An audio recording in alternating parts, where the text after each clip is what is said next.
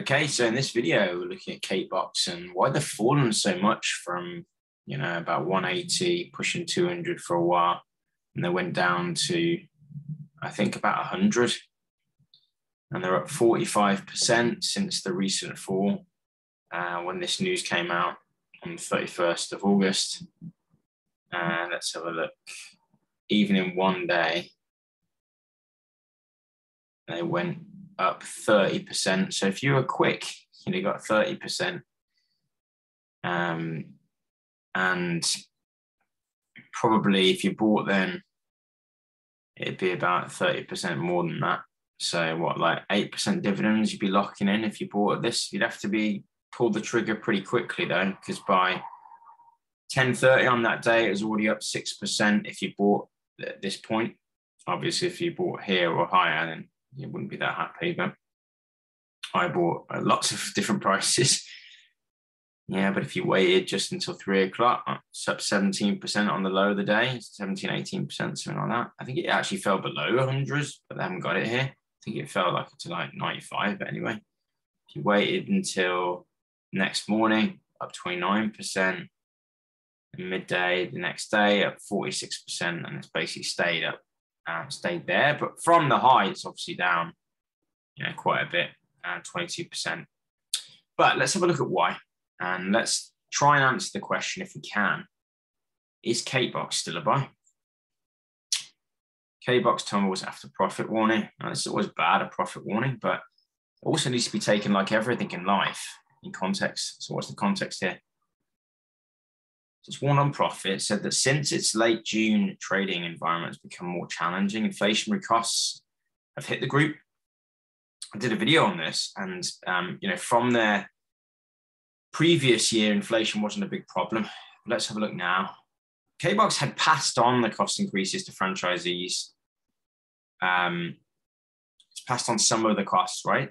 But gross margin will be impacted. In addition, sales at franchisees are down 2.8% in the first half, and they put that down to the weather. It was really hot. And I did notice this, that traffic in their stores was quite low. So worsening outlook, increasing cost of living. Group now expects full profitability to be significantly lower or below current market expectations, taking proactive action to mitigate the impact of increased input and admin costs and to protect levels of profitability, including implementing supply price increases. Shares were down 40%, right? It's actually only down 22% now, but anyway, basically look at this. Shore Capital, which is one of the brokers that cover this. Full year 2023 profitability expected to be lower, forecast at 5.5 million, previously 7 million. Cautiously taking financial year 24 to 5.8 million. I think this is wrong. I'll be honest.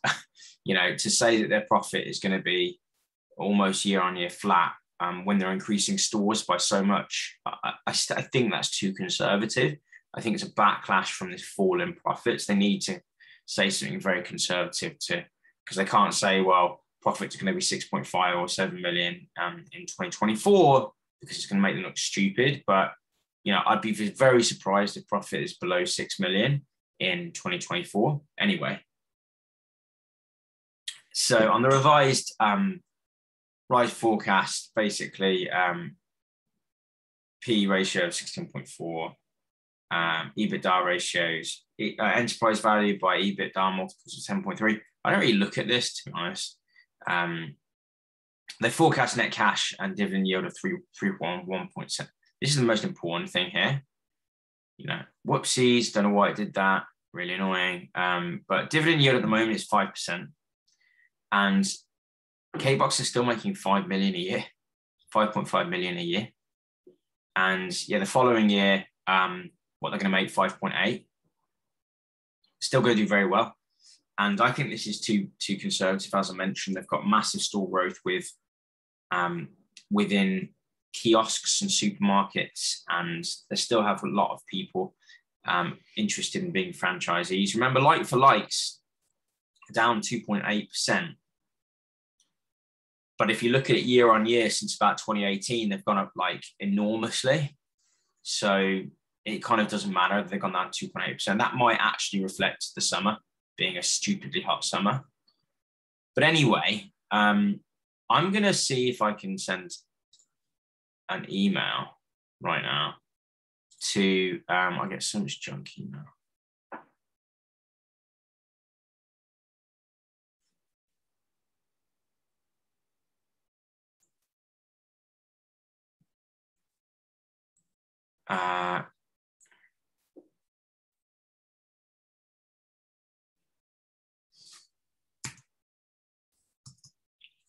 It's Cakebox. You can always do this, you know, if you're interested in finding out questions, you can always ask them. And in my experience, they get back. So there we go. Hi, Cakebox. I noted that, oh, don't know why it's doing auto. I noticed that there was a profit warning.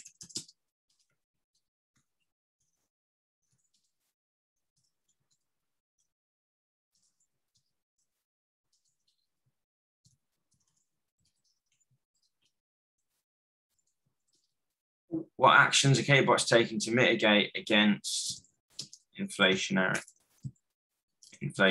pressures? Oh, my mouse has been weird. For example, are you forward buying on raw material costs?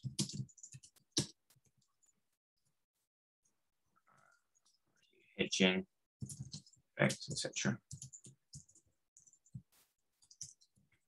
How about lowering HQ costs? Look forward to hearing from you. Thanks.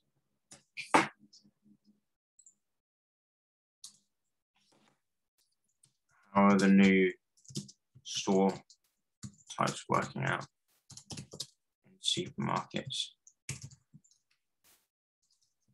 Are you looking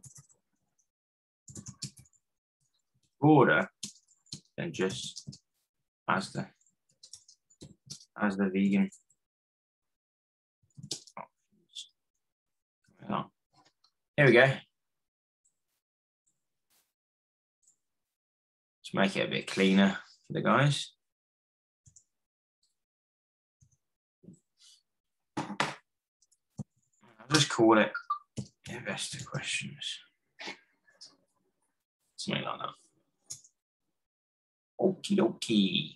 I'm going to send that.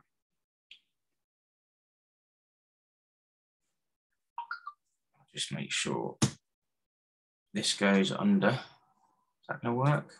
I have to do that. All right, I'm going to send that. Stop sharing. Now, I think it's really important. Wow, my phone's been really loud. Apologies.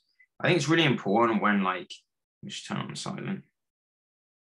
That should be silent now. I think it's really important when a company has a profit warning to understand kind of what kind of profit warning it is. You know, if you think about the economy, like, yes, there's going to be lots of restaurants and fast food chains and direct-to-consumer retail and e-tail brands losing out as customers tighten their belts in probably it might be one of the worst recessions that we've seen in decades. However, I actually think that the Cakebox is going to be fine. Oh, wait a minute, I'm just going to sit up a bit more because my back hurts. Ooh, there we go. I think the Cakebox is going to be fine. My back hurts because I'm doing loads of property renovation work at the moment, and maybe don't stretch beforehand. Anyway, Cakebox, I think they're going to be okay. Like, if the profit's going to go from 7 million to like 5 million, or from 8 million to 6 million, it doesn't really matter. Is it really going to impact the company long term? Not really. Can you pick up the shares much cheaper than before? I think they floated about, well, let's have a quick look at like what price they floated at. I think it's about 120 or something like that. I'm just going to take a quick look now. Cakebox shares. Share my screen. Okay, so if you do all time, right now they're 1.1. Right now they're 145 pence. pence. They floated at 137. So essentially, you're picking up a business with 200 stores for 58 million. And it floated about the same price. You're getting a dividend yield of 5%. If you were lucky enough to buy on the 31st of August and you bought for, I mean, it doesn't zoom in here, but as you saw earlier in the video, like you could have bought for less than 100p. So you would get roughly 8 or 9% dividends, like if you were lucky enough to buy on that, as soon as that profit warning came out. But anyway, you're getting a business that's grown a lot over this kind of period, over this 3-year period. I don't know how many stores I started with. I think it was about 40 or 50. I don't know. And if anyone knows that number, just let me know in the comments to keep me honest. But like now they've got 200 stores. 200, that is a massive business. And it's only valued at 58 million. So let's just do a quick calculation, right? So 200 stores divided by 58. That doesn't help. It's probably about 400 grand per store. That's how much it's worth. But like, I think that's undervaluing the stores, because I know that like that the owners themselves of the stores, franchisees, make about 100 a year. And they must give quite a bit to Cakebox as well. I think they give 30%. I don't know it's hard to know what revenue per store is, but I honestly think this is grossly undervaluing the power of Cakebox. I think this is more sentimental, like the sentiment of the market, not sentimental, but the sentiment of the market. You know, I mean, it was a high of 400p. I can tell you I bought here and I bought periods in 2019, and I bought quite a bit on the way up because I thought that the business was going to do really well. And I still think it's going to do well. I still think people are going to buy cakes. I suppose the caveat, I'll stop sharing my screen now. The caveat here is that, you know, will people stop buying cakes if it's a really terrible recession? I think people will still buy birthday cakes. I think they might stop buying the discretionary cakes.